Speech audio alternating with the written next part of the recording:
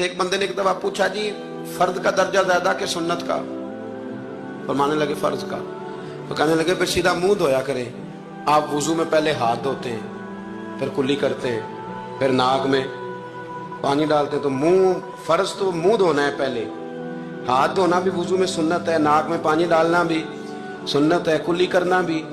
تو آپ نے تو پہلے 3 سنتیں ادا کی, پھر وضو. فرمانے لگے ٹھیک تم نے کہا ہے, پر تم پتہ نہیں نا تمہیں کہ یہ میرے رسول اللہ کی سنت کی برکت کتنی ہے.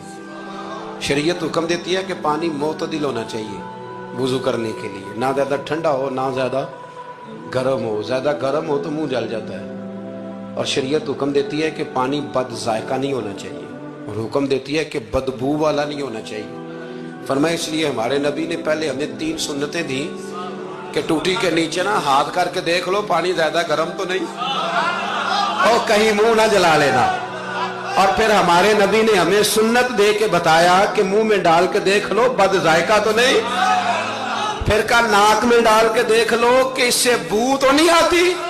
فرمایا مصطفیٰ نے کہا میری 3 سنتیں ادا کر کے اب چہرے پہ پانی ڈالو گے تو فرض ادا کرنے کا مزہ آ جائے.